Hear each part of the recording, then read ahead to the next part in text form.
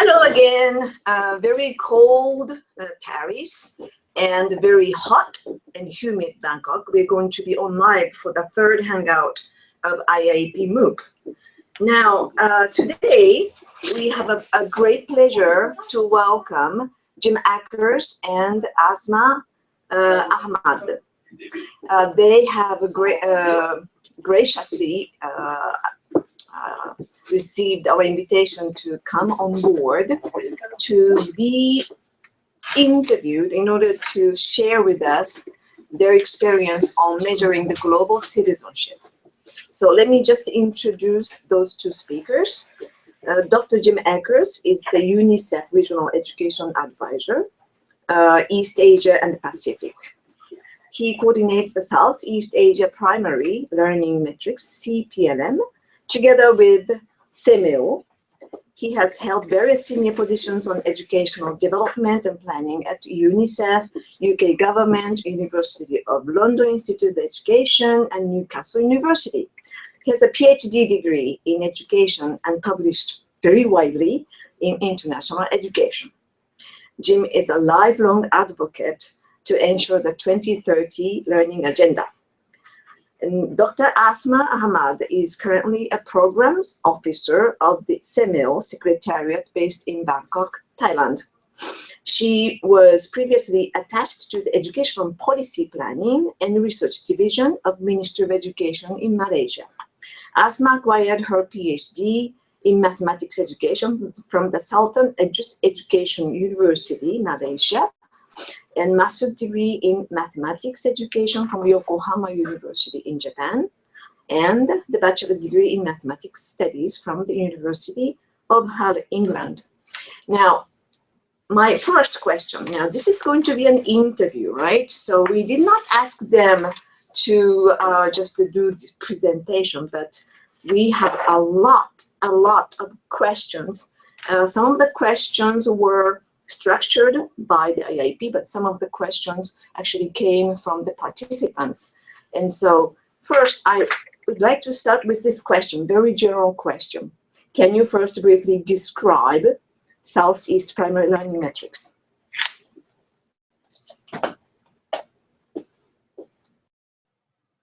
Okay, hello everybody. Okay, what does it mean by Southeast Asia Primary Learning Metrics? It's a regional assessment, meaning among the SEMEO member countries, Southeast Asian, in this region, member countries. What does SEMEO stands for? It's a Southeast Asian Ministries of Education Organization, focusing on reading, writing, mathematics, and global citizenship for the primary grade 5 level. Okay, I give back to you, Miyoko. Okay, now the next two questions are related to the target population. Okay, why grade 5 was chosen? You know, in some countries, this is not the end of the cycle. It is the end of the cycle, and perhaps that may interfere with their end of cycle examinations. Okay, thank you, Miyoko. All right, this is based on this regional level consultative meeting among SEMEO member countries. They decided to target primary grade 5. The meeting was held in one of our center, which is SEMEO Innotech, and it's what we call a reference expert group meeting that was held in 2013. So obviously some member countries, the primary level stops at grade 5, like for instance Malaysia at grade 6. So through the consultative meeting, they have this consensus, they want to do primary grade 5. Yeah. Okay, back to you, Miyoko. Okay, thank you very much. Now, another question on the target population. In some Southeast Asian countries, there must be some out-of-school pupils. Now, we know that UNICEF is very much concerned about this subpopulation in terms of the equity perspective. Now, how are you addressing this subpopulation of out-of-school children? Hang on, okay, you can.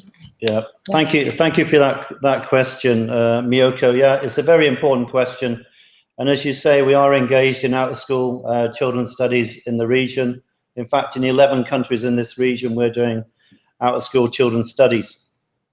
I think one of the interesting dynamics in the new agenda, Education 2030, is that the equity focus has now also shifted to how much are children actually learning. So we're looking at equity from a learning perspective. And that's why, again, you know, the study is very timely in that respect. And the study will help us to identify issues that are leading to dropout, because dropout and repetition are major factors in the region. We won't necessarily restrict it to looking at children in formal education settings. It can also extend to children who are undergoing alternative education, non-formal education, and so on. And we've had some initial discussions with countries about that. It will mean sort of extending the sampling frame and so on, but I think that will be very worthwhile.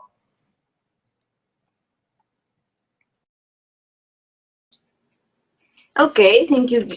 Thank you very much for that answer. Now, the next two questions have something to do with the learning domains and the test frameworks. Okay, question number 4.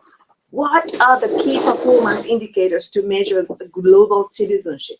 What test framework is used in order to measure the global citizenship? Is there linkages to IEA civic study? Okay, well, essentially the framework, it looks at the different dimensions of global citizenship and global citizenship education. And I think both of them are actually quite difficult areas to define because they're sort of evolving. They include things like what we traditionally looked at through things like life skills, etc. But essentially the 3 dimensions in the framework, first of all, is the cognitive skills, secondly, attitudes and values, and then thirdly, behaviors. And in the first iteration of the survey, we'll be primarily focusing on attitudes and values. And this is mainly because of the age of the children. We're looking at children around about age 10 in grade 5 and so on. So we'll be exploring their attitudes through the questionnaire itself, but also through the context questionnaire, because we're very much aware of the fact that the school culture can have an influence on children's attitudes. And the kind of attitudes we'll be looking at are things like empathy, attitudes towards children with disabilities, attitudes in relation to gender, ethnicity, language, etc. And we see these as all being sort of foundations of global citizenship. I must say as well that the framework is designed to be extended to different age levels over time. So it could even be extended downwards, but that will be more difficult, although we do have something called ECD scales in this region, but it could also be extended upwards to look at secondary education.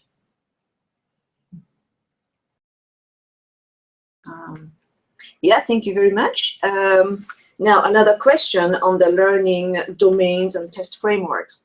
So question number 5, while skills and behavior of students depend much on culture, how are you harmonizing the cross-country differences in defining the test framework for the global citizenship? How are the countries reacting to the tension between global citizen and to be proud as national citizen? It's a difficult question. But we have the answers. Yes, the answer. You know, it's a very important question, and when you see definitions of global citizenship coming from the Western world, you will, for example, probably see more emphasis on children asserting themselves, being active citizens, and so on. And that is a part of our framework. It's captured in the values I think that we're looking at. But there are other very important dimensions of Asian values, such as cooperation is extremely, it's extremely highly thought of in this region. And so we have sort of designed it around global values and so on, but also with a focus on what's important to the member states of ASEAN. And that's the other thing I should mention. So we've got the Southeast Asian Ministers of Education Organization, but the other regional context in which it fits is the ASEAN member states. So there may have had to be some, perhaps some compromises around certain issues, around about gender, for example, maybe religion and so on, to make it sort of palatable to all of the countries engaged.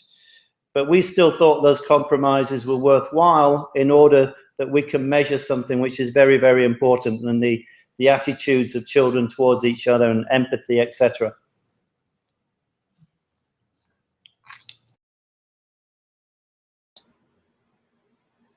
Okay, thank you very much. Now, next question is about the data usage, which is very, very important. IAP is very much concerned about this issue.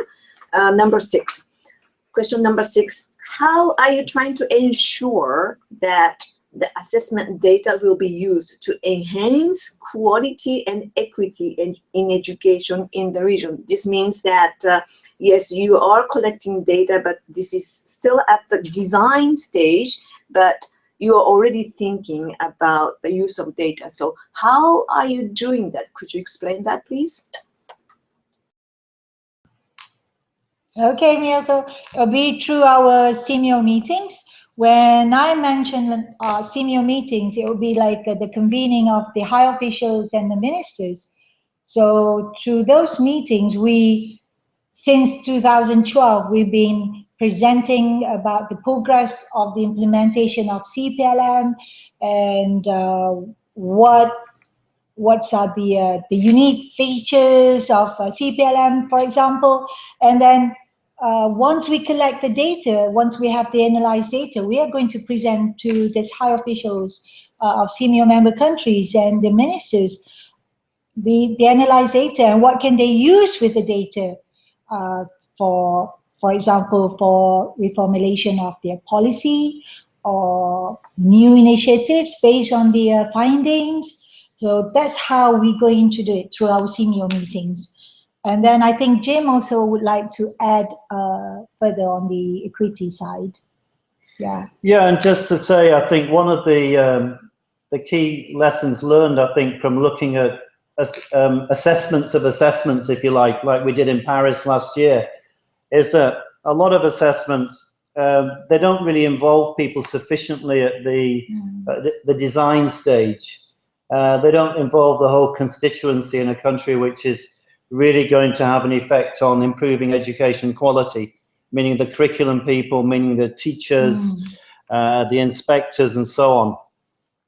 So we've been very careful to build that in from the outset in terms of the architecture that's meant to be in place at the country level.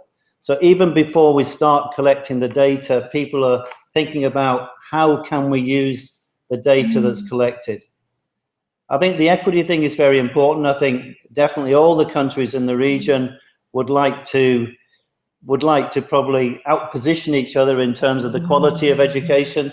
There's a lot of competition, and we've seen how PISA generates a lot of competition between countries, and I think that's inevitable.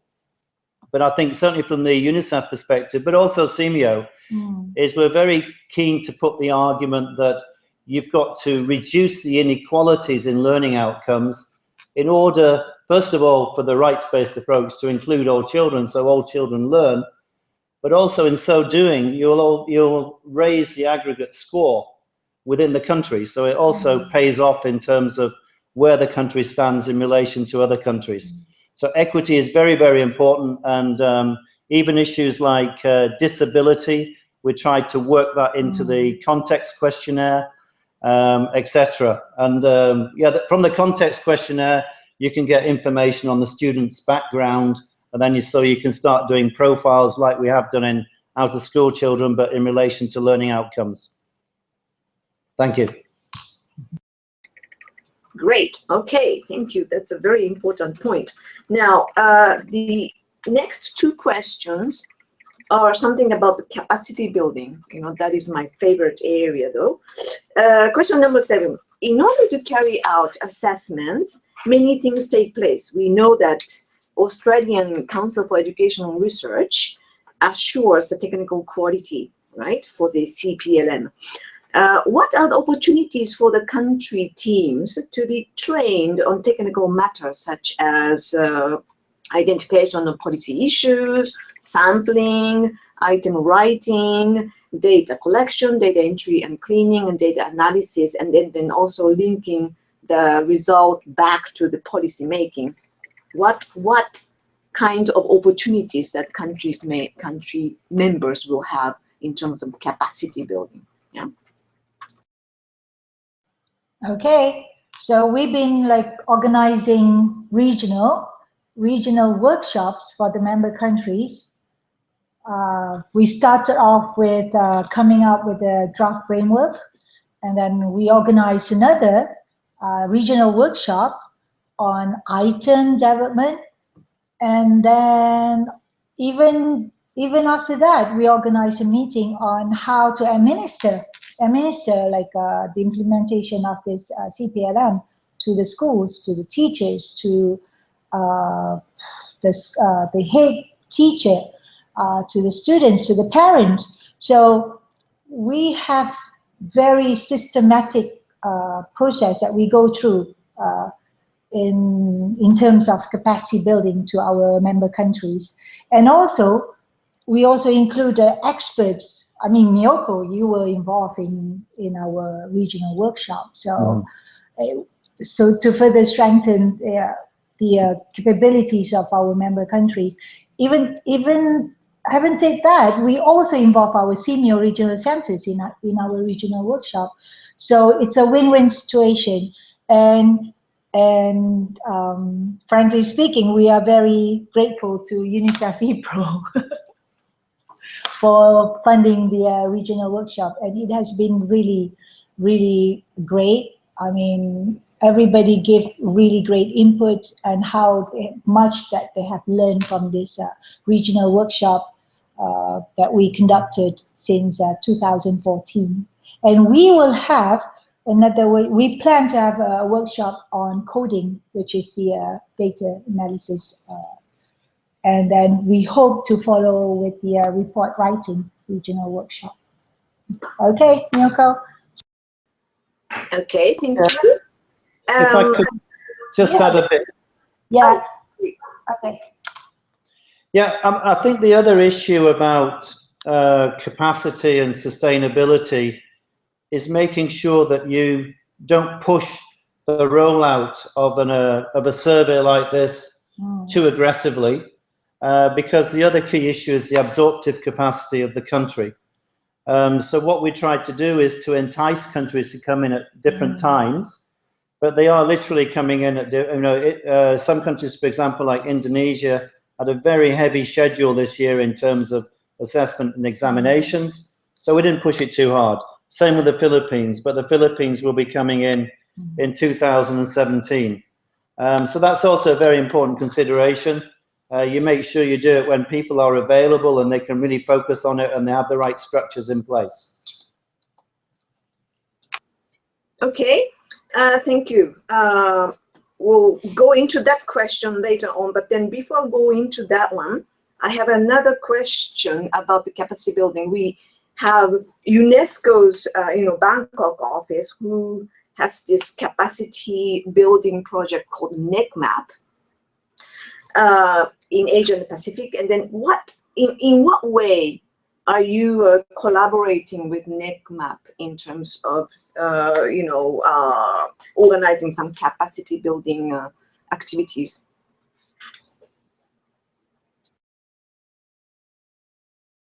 Okay. Okay, we do work closely together with NECMAP. I mean, we share the same building anyway, CMIO and UNESCO Bangkok, CMIO Secretariat and UNESCO Bangkok. During NECMAP annual meeting, they will invite the Asia Pacific member states to come to participate, and UNESCO Bangkok will invite all the experts, global assessment expert, regional assessment expert, to come and give really detailed, how do you say, briefing, and hand out all the booklets and information to the participant. And the participant also consists of senior member countries. So in that way, they would learn about, for example, PISA. What is PISA? What is SACMAC?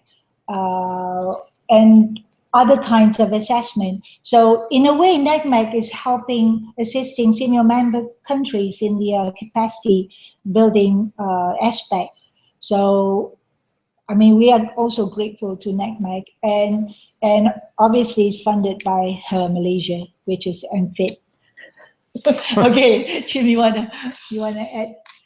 Yeah, I mean, SEA-PLM and NECMAC started off as separate initiatives. You know, NECMAC very much being a UNESCO initiative, SEA-PLM being a UNICEF initiative, and it's the first time that UNICEF has really got into assessment at this kind of scale. But I think the unique thing about this region is the relationship between UNESCO and UNICEF. So I personally and a UNESCO colleague co-chair the Education for All technical working group for Asia Pacific.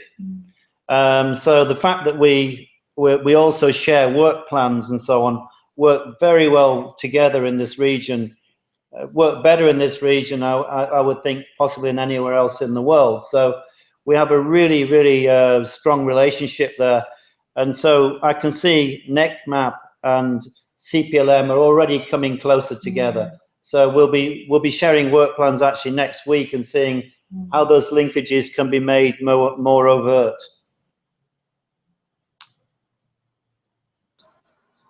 Okay, great. Now, next question is going to be a little bit tricky. It's about participation fees. Question number 9. We all know that OECD and IEA studies, you know, they are always some participation fees for the countries to pay, right, in order to participate in their studies. Are there any fees for this SEA-PLM? And then do all the countries have to pay the same amount, or is there any kind of a formula that's applied to different countries depending on their conditions, etc.? I mean, essentially, we haven't really got to that stage as yet. At the moment, UNICEF is essentially the main donor behind this. We're not a donor per se, but the main agency behind this, and CEMEO is engaging a lot of its own staff, including the CEMEO director, very, very committed to it. So UNICEF has been funding the trialing. And then initially we hoped actually that if you fund the trialing and then demonstrate that it can be useful to a country, the countries will then fund the main survey. And we're still hopeful that will be the case in certain countries. But in other countries, it may take them more than a year or so to actually get it into their education sector plan and their education budget. So I think other agencies are also quite keen to engage with this. We have some other potential donors, but I think, you know, after 2017, we will hope that this will be an initiative which will be very much owned by CEMEO, owned by ASEAN, owned by the participating countries, and so on. So they would be contributing towards the cost themselves. Yeah. Can I add? Yeah, sure, please. Yeah. Yeah. I'll give an example. When we did this field trial, the first country, senior member countries that did the field trial, which is Brunei Darussalam, they actually cover their own cost for the field trial. Yeah. So it depends on the member countries. Some member countries would need like assistance from the UNICEF country office, but some member countries would be able to manage on their own. Yeah. Okay, Miyoko? Okay, thank you very much. While you mentioned something about owned by CEMEO. Now, next question is going to be about ownership and sustainability, all right? Number 10, after data are collected and reported, then who will own the data, and then who will own the test items? Who will own the methodologies? This is also another tricky question. Go ahead. This one when you're in Bangkok, Yoko. So. But and thank you for your contribution on that. Your experience with SACMEC has been really useful. But essentially, the data will be owned by the countries, by the governments, by the member states, and ultimately by CMEO. I mean, initially in projects like this, the agency which has sort of catalyzed the whole exercise, in this case UNICEF, but working with CMEO, has copyright over everything essentially, but ultimately, obviously, it will be owned by the countries and by CMEO.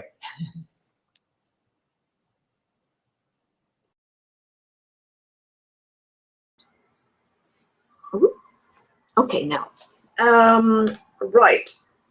I think, yeah, the final question from our side, and then after that we're going to go into the live mode. But then the final question is about the participation of other countries. You mentioned a while ago that you are rolling out not very aggressively, very slowly, and that you are trying to wait for the countries to be ready to come in because they may have different conditions and etc. So the question is as follows. Which countries are carrying out the pilot study now? I think we may be able to get the information by reading it, but you can probably go through that information one more time. And then, are you going to have more countries to do the pilot before the main study takes place? And then when is going to be the main study? And then what are the lessons learned from the pilot studies in these countries who have already participated in the pilot study? Yeah, okay. All right, as already mentioned just now, like Brunei, Darussalam has done their field trial last year in November.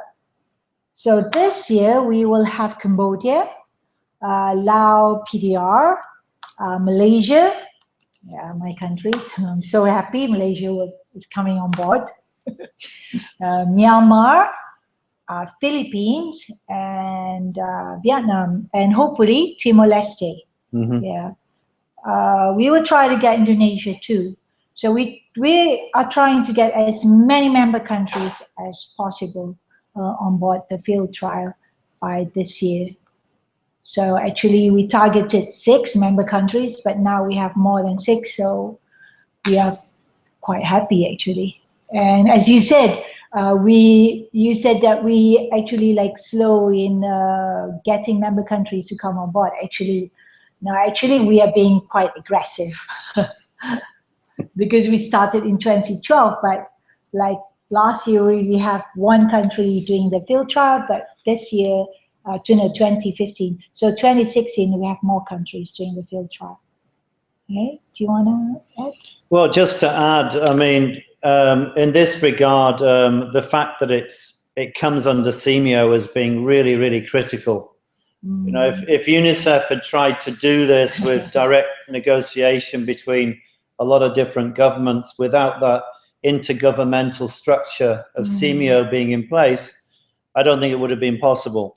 So I say, you know, we haven't been, I mean, she says we're being aggressive, but not very aggressive. Quite. And not trying to push everyone to join at the same time, you know. Yeah.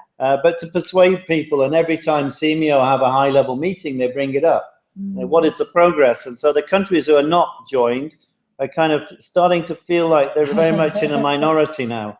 And that will be Thailand and Indonesia. I don't think they'll hold out much longer. So, so it's actually gone a lot faster than we would have expected. It's already going to have credibility as a regional metrics next year, because there'll only be 3 countries in the whole of ASEAN who so far have said who haven't said they were joining.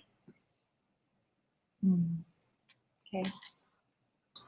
Great. Now, thank you for all those responses. Now, I am now getting some live questions from the participants who are listening to this Hangout. The first question, now, this is related to what you have mentioned about the fact that you are trying to involve some people who are getting education informally, not necessarily in the formal education system. So this question has to do with how are you going to identify those people who are getting the informal education? Yeah. Okay. Yeah, I'm going to be a bit careful about citing which country it is, but it's, I think it was Laos or Cambodia. We had some discussions because there are already some alternative education programs, some supported by UNICEF and others supported by other agencies and civil society and so on. So the discussion was, could we extend the sample to see how children were doing in these alternative education programs, children of a similar age. And this is where there may be some difficulty because they wouldn't necessarily be in grade 5, but there will be 10-year-olds because it might be an accelerated education program. So we're very much open to doing that. The decision would lie with government, but we would very much encourage government to do that, to extend the sample so we can compare. There may be some shocks because in certain countries in the world you see children in alternative education are actually outperforming children in the formal system. So sometimes the formal system can learn from the non-formal system. Okay. Hold on. Yeah, that's right. It's going to be interesting if those people who are outside of the school system can do better than those who are in the school. Then what would be the implication for those school education? That would be the interesting question. Now, are there any more live questions? Yeah, no more questions. So finally, do you have any final, concluding comments? You can, aggressively invite those countries. We have a lot of participants who are coming from Asian region in this IAP MOOC. And so Jim and Asmah, if you would like to do a little bit of a publicity, this is the opportunity to do it. Go ahead.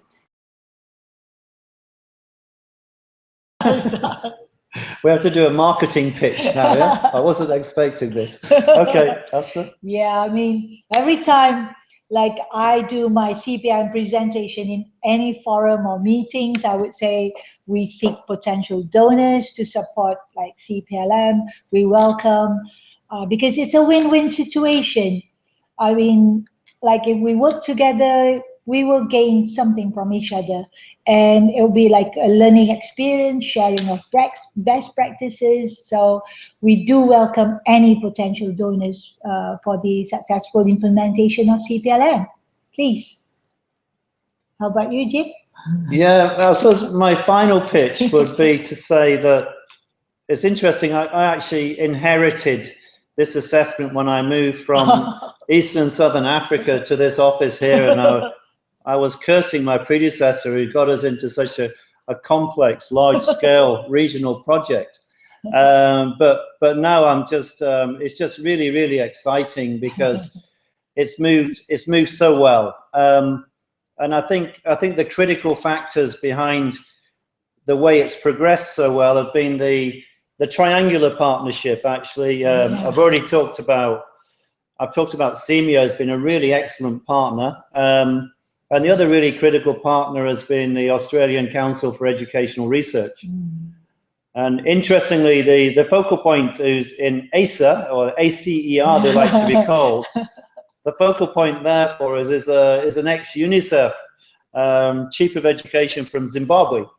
So I think that's also been, it's definitely been a plus factor because she understands what it's like to work with UNICEF, etc. But ACR have been excellent. They've been very flexible. We've quite often revisited the schedule. You often find with if you've got an institutional contract with a company, they also have other deadlines and they can be a little bit inflexible. but certainly with ACR, it's also seen as a flagship program for them. Very flexible, so a great partnership. And yeah, I mean, I think the only constraint going ahead will be funding, but I also feel there's a lot of people would like to fund this because it's a very opportune time. I was at a meeting last week where we're developing the ASEAN Declaration on out-of-school children. And again, it came up as an issue. We shouldn't just be talking about out-of-school children. We should be talking about children who are excluded from learning or children not learning as well as they should be.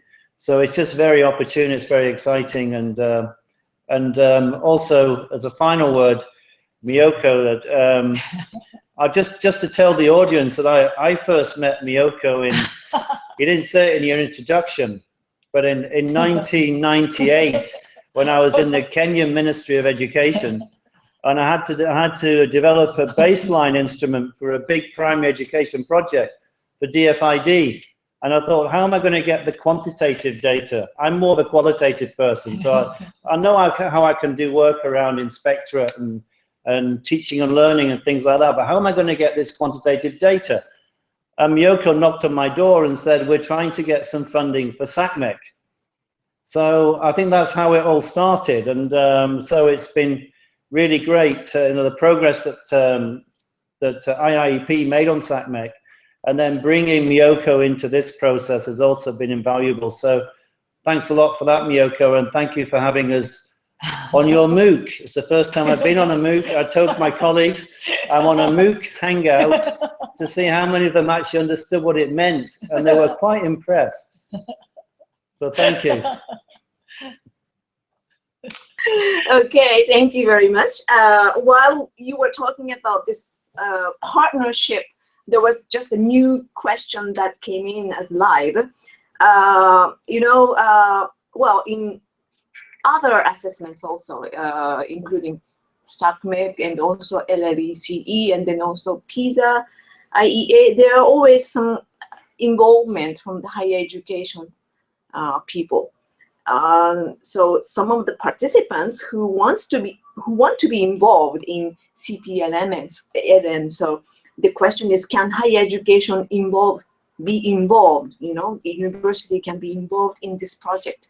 Can you just give us that response for that one? Okay, all right.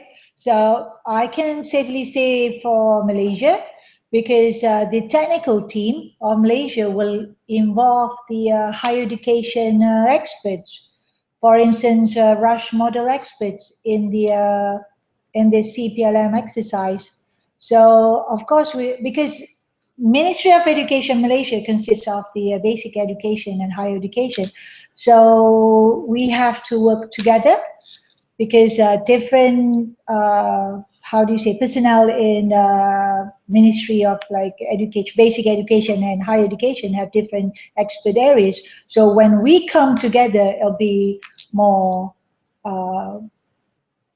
manageable, and they can actually produce really good results and make the implementation more efficient, yeah, and more effective actually. Yeah, so there are involvement of higher education personnel. Yeah. And maybe just to add to that, Miyoko, I think you know, the assessments are great for finding out what level people are at, you know, across different domains and so on. Sometimes a bit more limited in trying to get behind some of the causalities, you know, about why children are not learning so effectively. So what we're hoping is there'll be a whole spin-off of sort of studies around this. I mean, one area I'm particularly interested in myself is what happens in classrooms, you know, classroom interaction studies, because we know that in some of the countries in this region, the investment level in education is very high, but the results are not so good. And that suggests that perhaps one of the reasons could be in the classroom, and it could also be due to language policy and so on. So we hope that this will be a sort of core of knowledge from which there will be deeper investigations of other issues. Okay, great. Thank you very much. So we understand that there will be a lot of opportunities for all of us, not only the curriculum development people, the teachers, as well as the researchers at university, and then also the international organizations as well. And it's been a very, very interesting interview for myself as well. And so we, again, like to thank Jim and Asmah for accepting our invitation to share with us the experience. Now, we are going to end this Hangout, but the next Hangout is going to be on Thursday. We are going to have as a guest, another guest speaker, Patrick Griffin from Melbourne University. He will be sharing with us his experience on development of the 21st century skills assessment and teaching. Now it's going to be on Thursday at 8 a.m. GMT. All right, that means 9 o'clock in Paris and 3 o'clock in Bangkok, and whatever the time that's available. And please check the time of conversion. Okay, so on Friday we are going to have another Hangout that's going to be with the OECD people, and especially we will hear a lot about the OECD, not only the PISA, but the PISA for development that is adapted for the developing countries, from Miyako Ikeda and Michael Ward. All right, so we're just going to say goodbye to everybody and have a great continuation with the IIP MOOC on learning assessment. Thank you. Bye.